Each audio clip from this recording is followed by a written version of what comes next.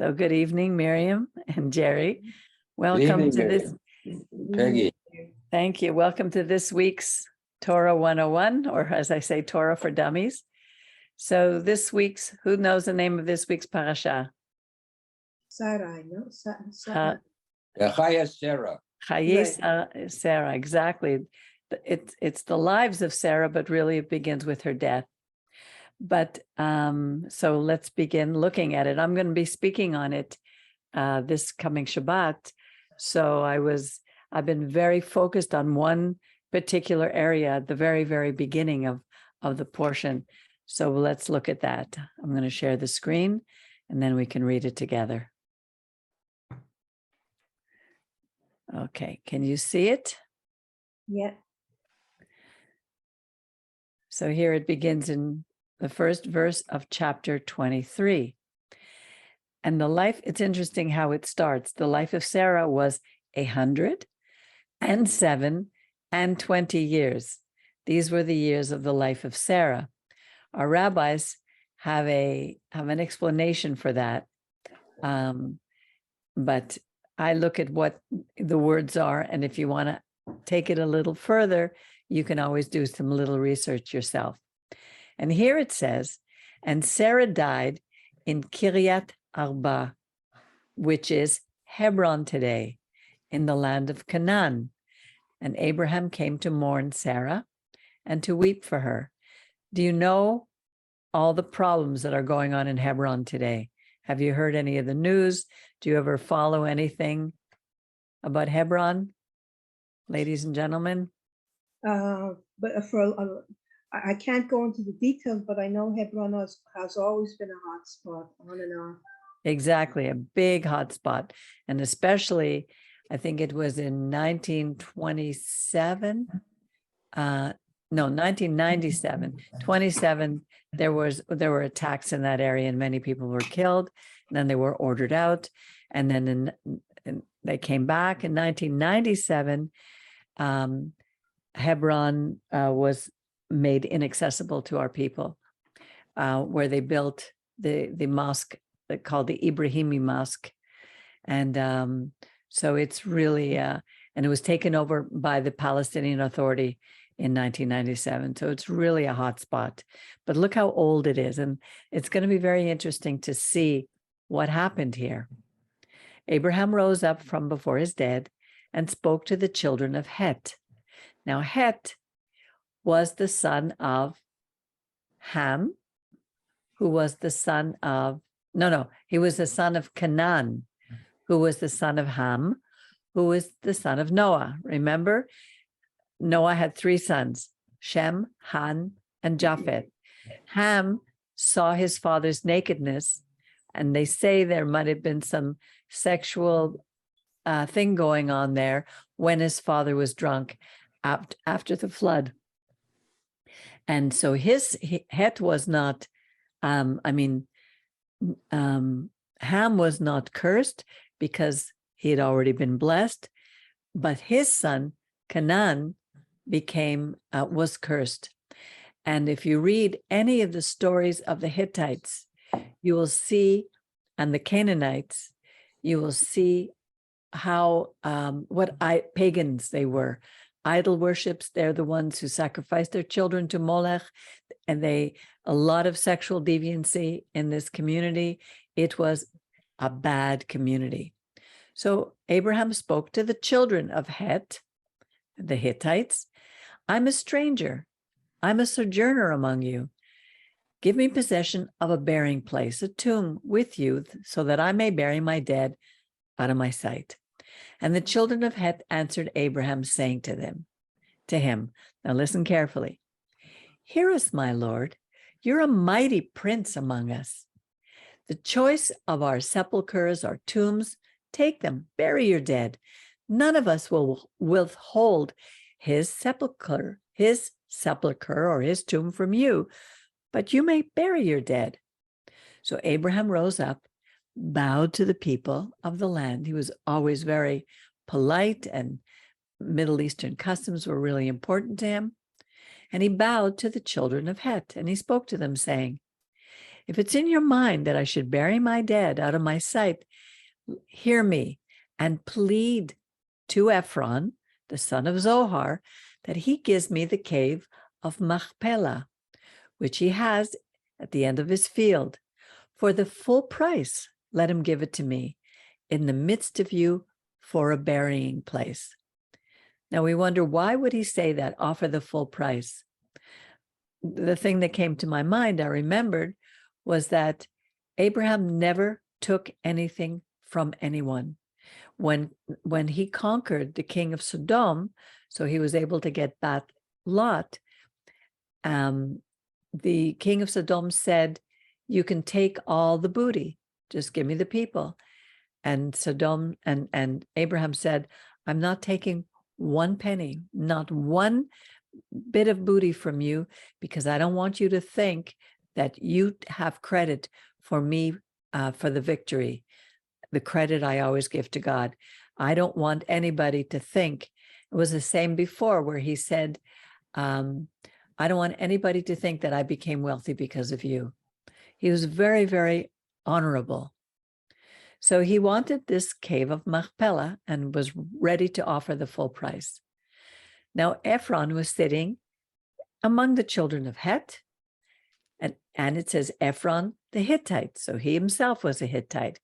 He answered Abram, and now this section, this saying here is going to be repeated 3 times, in the hearing of the children of Het, and even all those who went in at the gate of the city.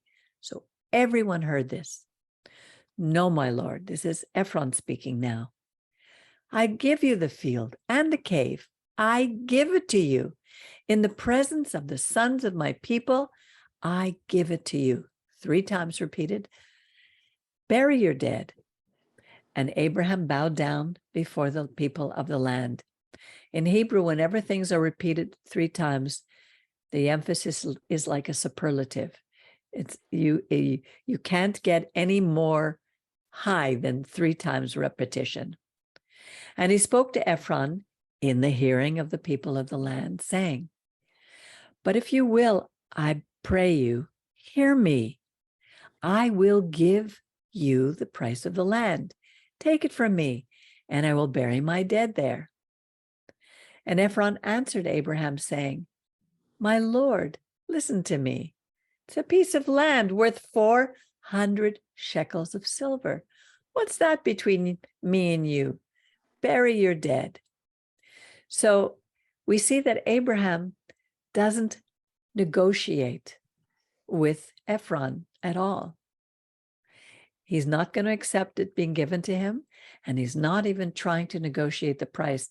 We already know from the story of Sodom and Gomorrah how he negotiated with the creator of the universe. If there are only 50 men, will you save it? 45 men, 40, and all the way to 10. Here, he says nothing. He did the same thing when God told him to offer up Isaac, his only son. He didn't negotiate at all. And here he does the same thing. Abraham listened to Ephron, and Abraham weighed Ephron the silver, which he named in the hearing of the children of Het, 400 shekels of silver, which was a lot of money in those days, current money with the merchant. So the field of Ephron, which was in Machpelah, which was before Mamre, the field, and the cave, which was in it, and all the trees in the field that were in all the border thereof round, were made sure to Abraham. In other words, they were deeded to Abraham as a possession in the presence of the children of Het again, and before all who went in at the gate of the city. They had a lot of witnesses. It was deeded to them. These things were written, but the people, he couldn't trust the people of Het, the Hittites, because of the character of these people. If you take a look at, even today, we saw that. I read stories of how after the Holocaust, Jews went to the Holy Land and they bought and paid for land. everything they paid for. But years later, the people turned around, the Arabs turned around and said, no, they took the land, they didn't pay for it. These are people who come from pagan cultures that do not have a sense of honor and integrity, who do not have an understanding of our God and his desire to keep his word. They can't be trusted. And I think that's what this whole portion is about. You know, they give us a picture, but we have to dig a little deeper and see, why is it talking about this? And this type of thing has continued throughout our history. We've come in contact with the children of Het many times in the future. We will come in contact. So Abraham buried his wife in the cave of Machpelah before Mamre. The same is Hebron in the land of Canaan.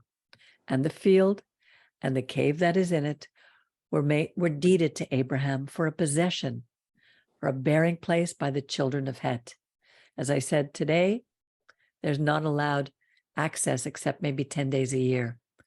It's a place where tourists go, but for our Jewish people, we're not allowed to take care of it. We're not allowed to do anything with it because of the mosque that's there. And Abraham was old, very old, well stricken in age. And the Lord had blessed Abraham in all things. And Abraham said to his servant, the elder of his house, who ruled over all that he had, put, I pray thee, your hand under my thigh. Now I remember our rabbi teaching us that that it wasn't really his thigh, it was his private parts. And it was to show just how much he trusted his servant. This was a custom in those days. I will make you swear by the Lord, the God of heaven, the God of earth. Peggy. What? Well, I think, wasn't that to say because continuity comes through the loins? Yes, continuity. Exactly. Well, yeah. So it was. I think other peoples have done that too. Yes, it was a custom in those days, right? For continuity, to show that part of the body guaranteed the continuity of the people. Thank you, Miriam. I was trying to remember the other thing that he said and I couldn't. So you came in. Thank you. And he swear, I will make you swear by the Lord, the God of heaven and the God of earth, that you will not take a wife for my sons from the daughter of the Canaanites, among whom I dwell. I think it's either next week or the week after, we're going to read about how Esau married 2 daughters from the Canaanites, 2 Hittite, and they drove Rebecca crazy. She couldn't take them. And here Abraham is promising, do not take a wife for my sons from the Canaanites, because they were pagans. But you shall go to my country, to my kindred, take a wife for my son. And the servant said, and with the idea that he's going to bring her back. Isaac would not live there because they were also pagans. The whole family were pagans. But he would take her out, bring her to Abraham and to Isaac, and they would teach her. She would be away from her family, and she would cleave to him and learn his ways, for Isaac knew the God of Israel. And the servant said to him, perhaps the woman won't be willing to follow me to this land. Do I need to bring your son to the land from where you came? And Abraham said, beware that you do not bring my son there, because they were still pagans. The Lord, the God of heaven, who took me from my father's house, from the land of my birth, who spoke to me, who swore to me, saying, to your seed will I give this land, and he will send his angels before you, and you shall take a wife for my son from thence. When I was reading this, I was thinking of my mother. My mother always found a parking spot. And she always said, I sent out my parking angel. So I said to her, do me a favor and leave him in your will when you die. I want the parking angel. And so she gave me her parking angel. And I'm telling you, I never have trouble parking. Ask anybody. Hey, Miriam? It's always a miracle. Right on. I really believe in angels. I know that they exist. And I've had many conversations about the character of angels. But here, basically what Abraham is saying, that his angel will go before him and something is going to happen that he will know exactly which woman is for him, is for his son. If the woman will not be willing to follow you, then you shall be cleared from my oath. Only do not bring my son there. And the servant put his hand under the thigh of Abraham, his master, and swore to him concerning this matter. The servant took 10 camels from his master and departed, having all goodly things of his master's in his hands. In other words, he went with a lot of gifts. And he rose and went to Aram Naharaim, to the city of Nahor. Nahor was Abram's brother. And he made the camels kneel down outside the city by the well of water at the time of evening, the time that women go out to draw the water. The men would go in the day, the women would go in the evening because it wasn't safe for them to go during the day. It was also cooler in the evening. And he said, O Lord, the God of my master Abraham. Remember, when Abraham left, he left with his servants. It says he left with the souls that he had made. So these people were convinced. They believed the God of his master Abraham.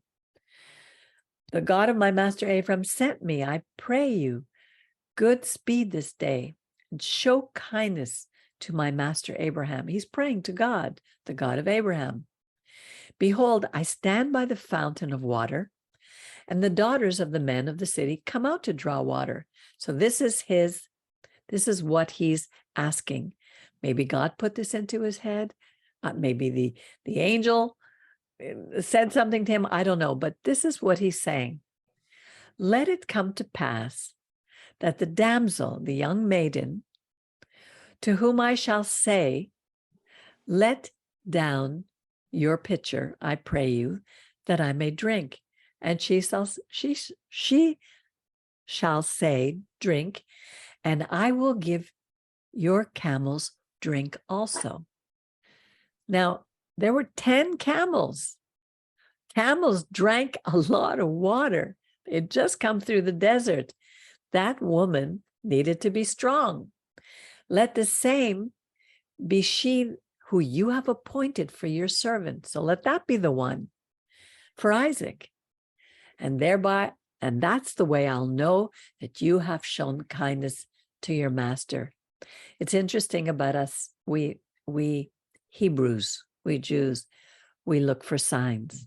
And this would be a sign that this would be the one that he would bring back to Isaac. And it came to pass, even before he had finished speaking, that Rebekah came out. She was born to Bethuel, the son of Milcah, the wife of Nahor, Abraham's brother, with her pitcher upon her shoulder. And the damsel was very fair to look upon, a virgin. It says that the damsel, Na'ara, which means a young lady, a young woman. And then it says Betula, a virgin who had no man had ever known her. There's 3 words that are used interchangeably for virgin, but each one has a little different connotation. One is Alma, one is Na'ara, and one is Betula. This was a young woman who had never been with a man. She went down to the fountain and filled her pitcher and came up. And the servant ran to meet her and said, give me to drink, I pray, a little water from your pitcher. And she said, drink, my lord. And she hurried and let her pitcher upon her hand and gave him to drink. And when she had finished giving him water, I will draw for your camels also until they have finished drinking. And she hurried and emptied her pitcher into the trough and ran again to the well and drew for all his camels. I don't know how many times she must have gone back and forth, but this was a Miriam. This was a strong woman.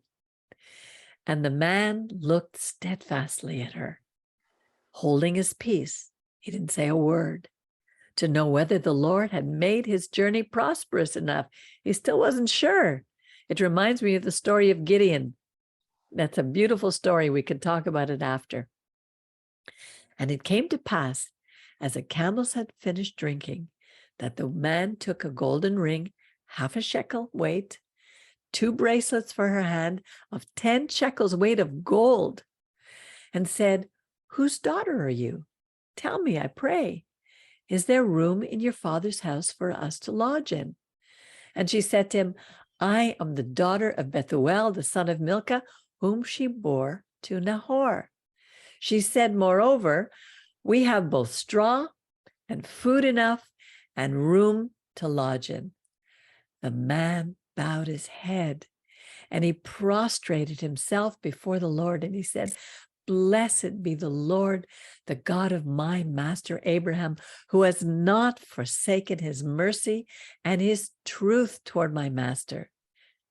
Imagine, as for me, the Lord has led me in the way up to the house of my master's family. Not only did that happen, but turns out that she's a niece. And the damsel ran and told her mother's house according to his words. Now, Rebecca had a brother, and his name was Lavan. The Bible, the Torah is very funny, because Lavan, you know what Lavan means, Jer? No. You have Shahor and Lavan. Lavan is white, and he's far from white. White represents goodness and clean. He was so deceitful, as we see later on with Jacob. Lavan ran out to the man to the fountain. And it came to pass when he saw the ring and the bracelets on his sister's hand, and when he heard the words of Rebekah saying, that's what the man said to me. And he came to the man, and behold, he stood by the camels at the fountain. And he said, come in, you blessed of the Lord. Why are you standing out here? I have cleared the house and made room for the camels. And the man came into the house, and he ungirded the camels, and he gave straw and food for the camels and water to wash his feet and the feet of the men who were with him. Because obviously one man didn't come with 10 camels. It was too dangerous to travel through the desert alone. So he had men who came with him. They were a caravan of men. And there was food set before him to eat. But he said, I will not eat until I have told you why I have come. And he said, speak. And he said, I am Abraham's servant, and the Lord has greatly blessed my master. He has become very great. He has given him flocks and herds and silver and gold, male and female servants and camels and donkeys. And Sarah, my master's wife, bore a son to my master when she was old. And to him he has given everything that he has. And my master made me swear, saying, you shall not take a wife for my son of the daughters of the Canaanites, in whose land I dwell, but you shall go to my father's house, to my kindred, my family, and take a wife for my son. And I said to my master, perhaps the woman will not follow me. And he said to me, the Lord before whom I walk will send his angel with you and prosper your way. And you shall take a wife for my son, from my kindred, from my father's house. Then you shall be clear from my oath when you come to my kindred. And if they will not give her to you, then you shall be clear from your oath, from my oath. And I came to the fountain and said, O Lord, God of my master Abraham, if now you will prosper my way which I go, behold, I stand by the fountain of water, and let it come to pass that the maiden that comes forth to draw, to whom I shall say, Give me, I beg you, a little water from your pitcher. And she shall say to me, drink both you, and I will draw water for your camels. Let the same be the woman whom the Lord has appointed for my master's son. It's interesting why the Torah has to repeat the whole thing. Obviously, he knows our attention span.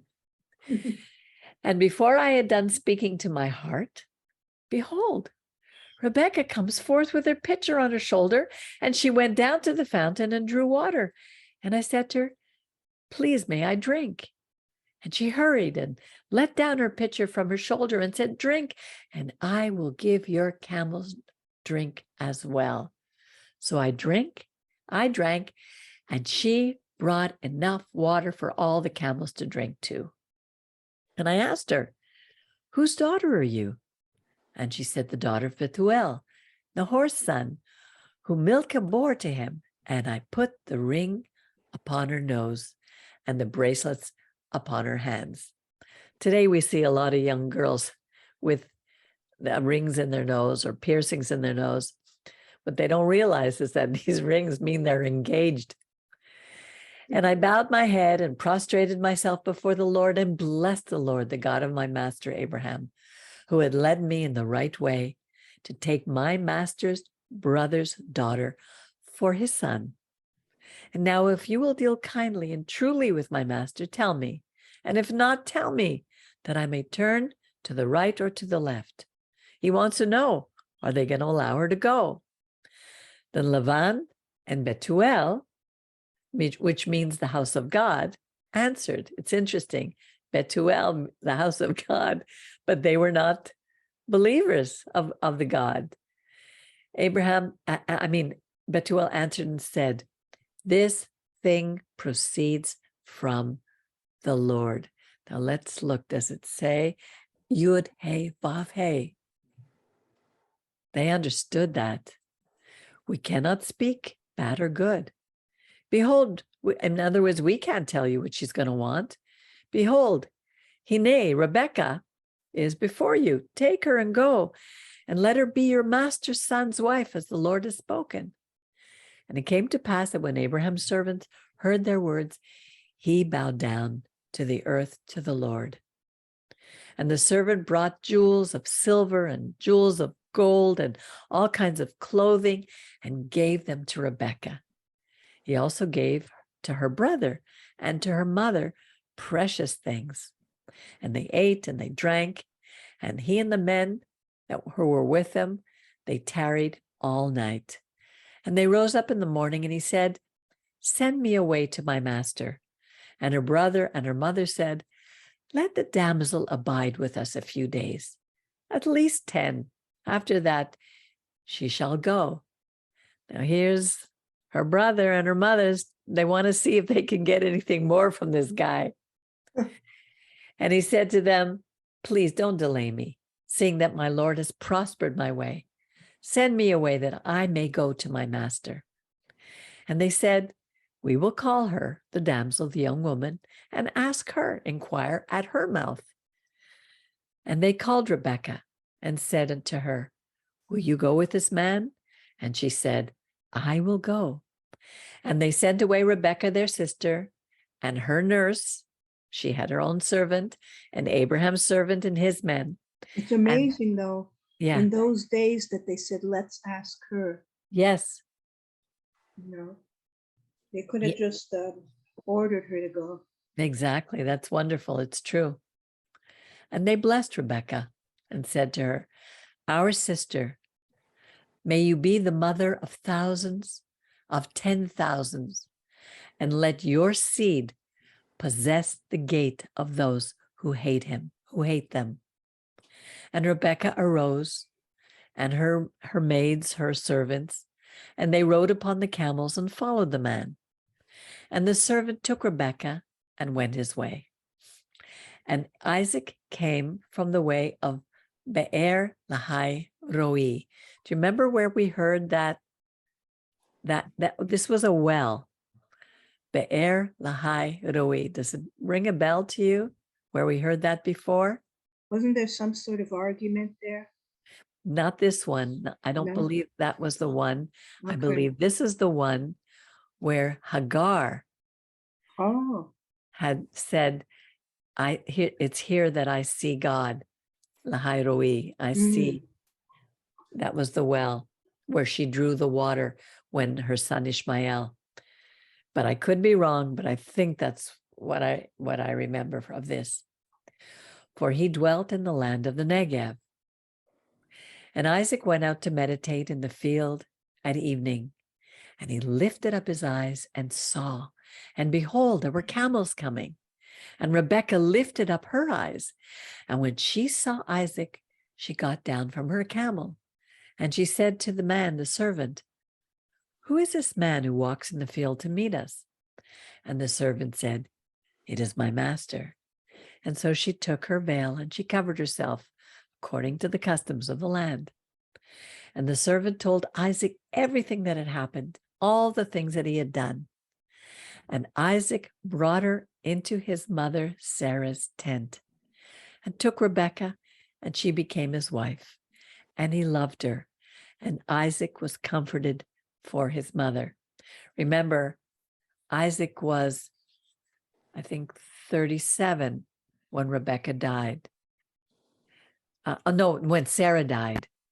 And he was very close. He was a real mama's boy. And he was really sad and alone. And here now, Rebekah would replace Sarah. So we're going to see that Rebekah needed to have a strong character like his mother Sarah. She would be the one. And here also we see in biblical times, they didn't make a huge wedding. She went into the tent, he took her, and she became his wife. That's it. That's what happened. That's all there is. So when two people live together now, they're like man and wife, according to the Bible. Yeah. So here we're going to go until verse 18. Now Abraham took another wife. Now remember, Abraham was 137 years old when Sarah dies. And he takes another wife whose name was Keturah. She bore him Zimran, Yokshan, Medan, Midian, Ishbak, and Shua. And Yokshan begot Sheba and Dedan. Later on, we read where some of these names became enemies of the Israelites. And the reasons were that Abraham gave everything he had to Isaac. But to the sons of the concubines that Abraham had, Abraham gave gifts, and he sent them away from Isaac his son while he yet lived eastward to the east country. So not only did he have all these sons, Sheba, Dedan, Ashurim, which is Assyria, Letushim, Leumim, the Midianites were enemies, Ephah, Epher, Hanoch. These were all children. But not only did Abraham have Keturah, he also had concubines. This was a busy guy, let me tell you. And he had many, many, many children who came from Abraham, who are all scattered across the Middle East right now.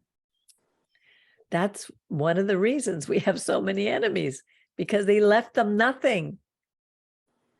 These are the days of the years of Abraham's wife, which he lived. 100, 75. How much does that make? 60 is what, 60? Yes. So 75. And 75, 175 years, Kaneh Nahora. And Abraham died in a good old age, an old man, full of years, and he was gathered to his people.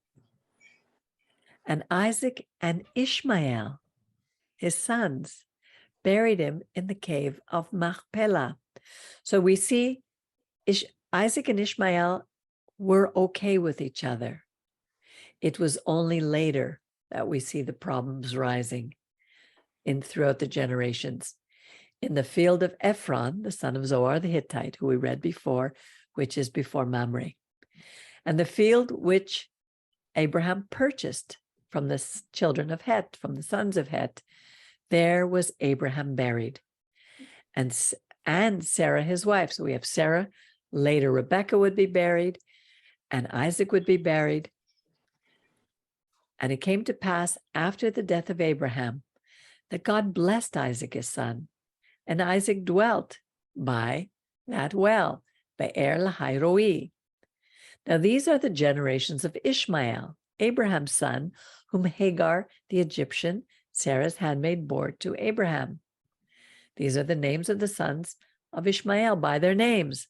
And the reason they give names, there's always a reason. For us, it may seem boring, but if we go down the generations, we need to know where we come from and why some of these people had problems with Israel. These are the sons of Ishmael. These are the names by their villages, by their encampments, 12 princes according to their nations.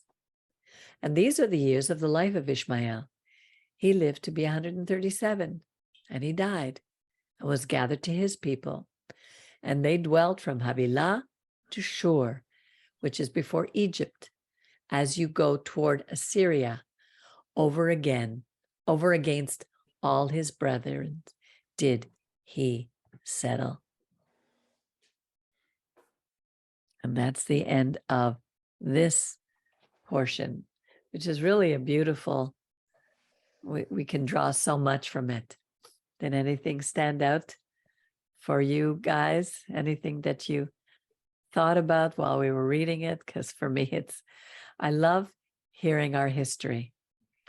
It's where we come from. And it helps us to know how to behave. You know, these stories paint a picture for us.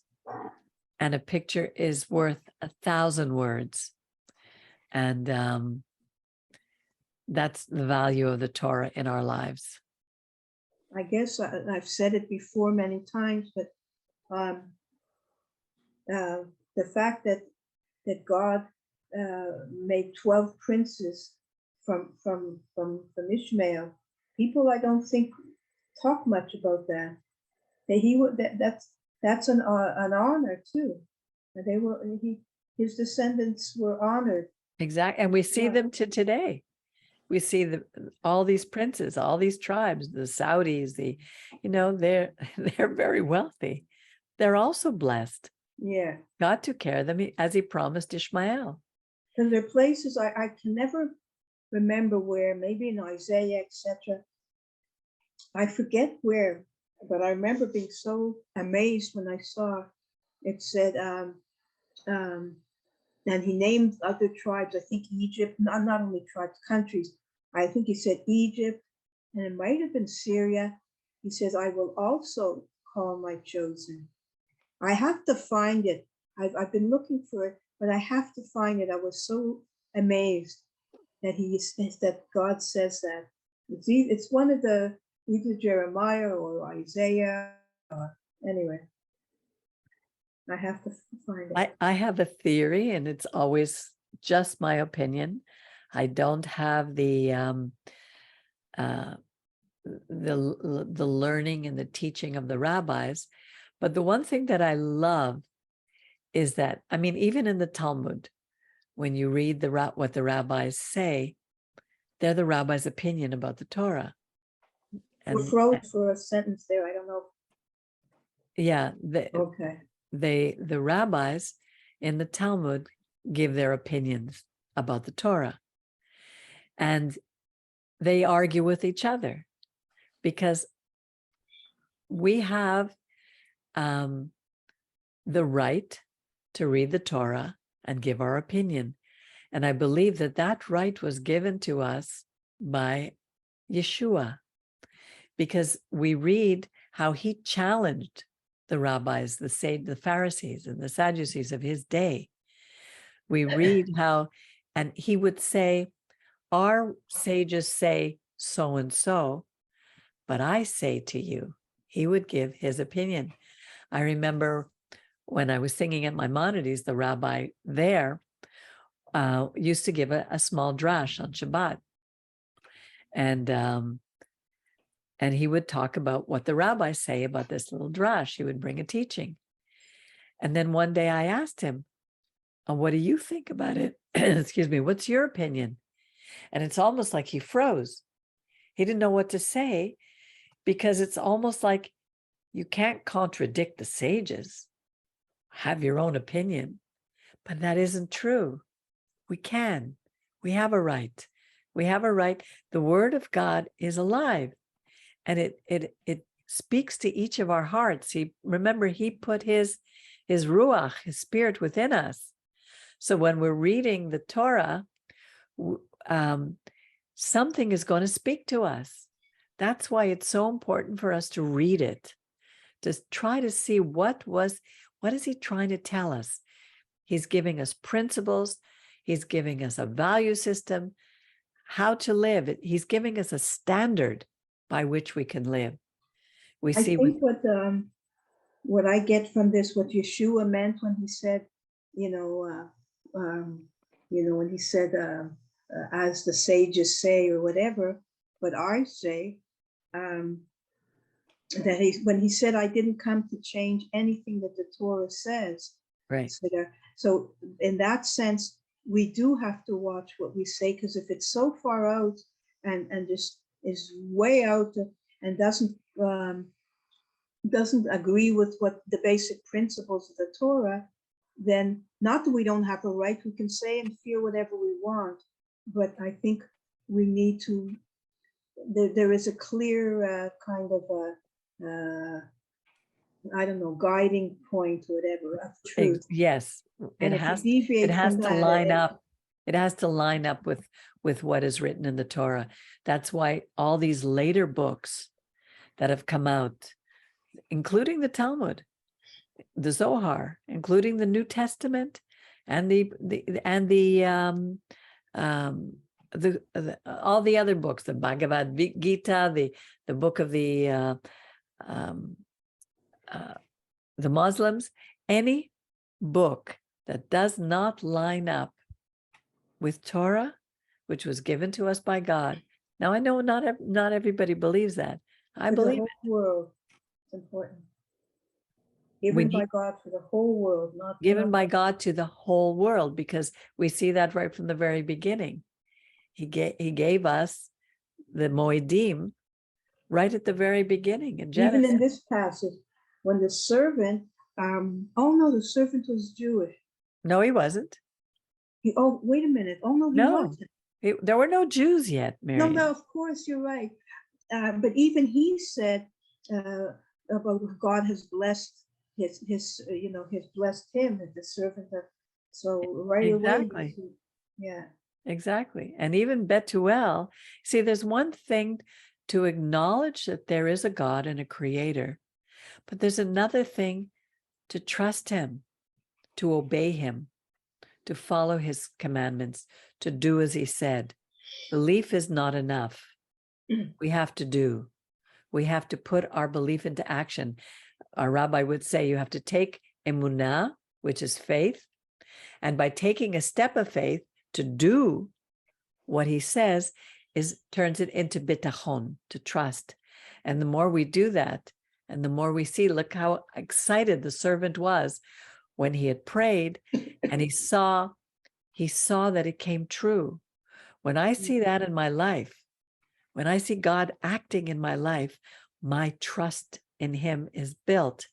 And as it builds over time, when something bad happens, then I can say, wait a minute, let me go back. I remember this happened and this, God is always with me. God promises.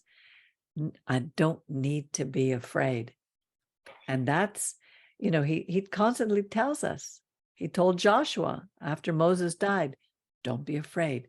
Fear not. There's a song we used to sing. Remember, Miriam? Yeah, fear not, for I have redeemed thee. I have called thee by thy name. Thou art mine. He calls us each by our name. I mean, when you think that the God, the creator of the universe knows my name, that's unbelievable. Yeah. because the president of the United States doesn't know my name. Trudeau doesn't know Like my a name. name and it is like your very soul. When you name something, there's a relationship. Exactly. And the If you word in don't Hebrew name for your, no. Sorry, go ahead.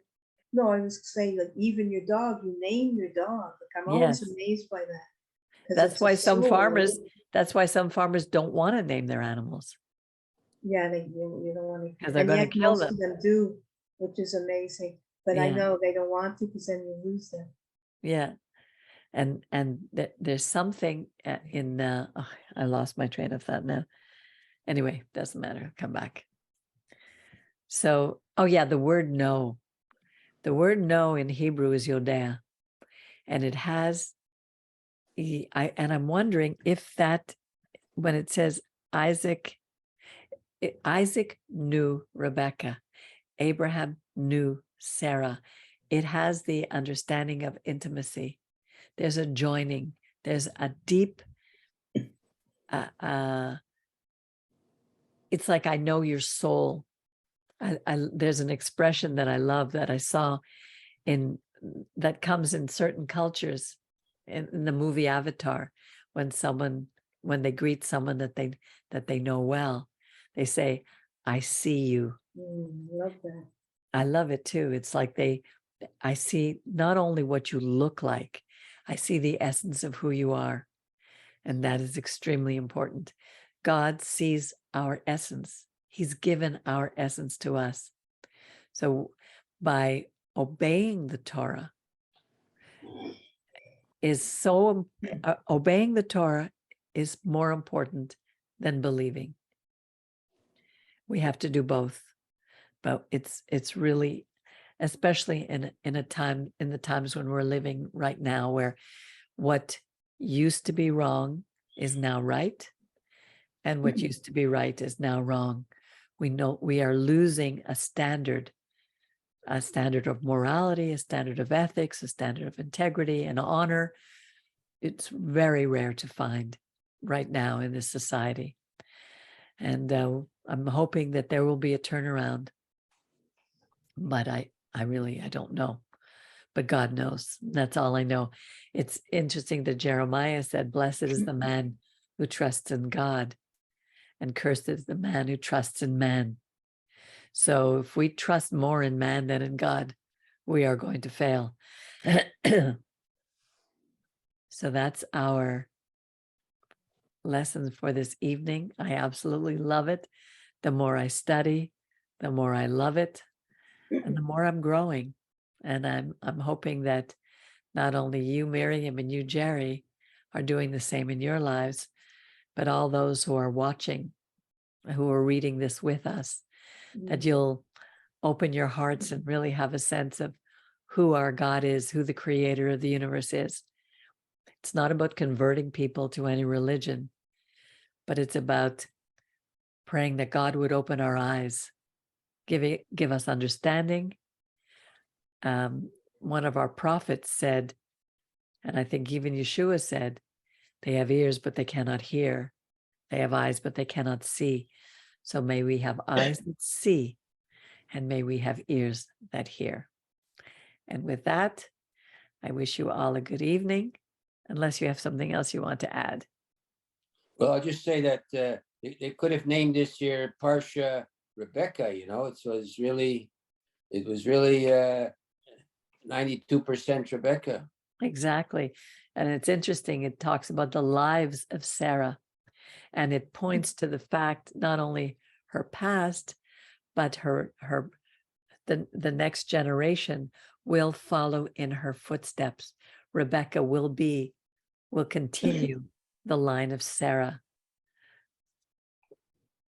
Yeah, that's why they would name it, as you mentioned, Shear, because it's the line of Sarah. It's good. So you added that makes it rounded up right. Yes. So we say good night, and I'll see you, God willing, next week.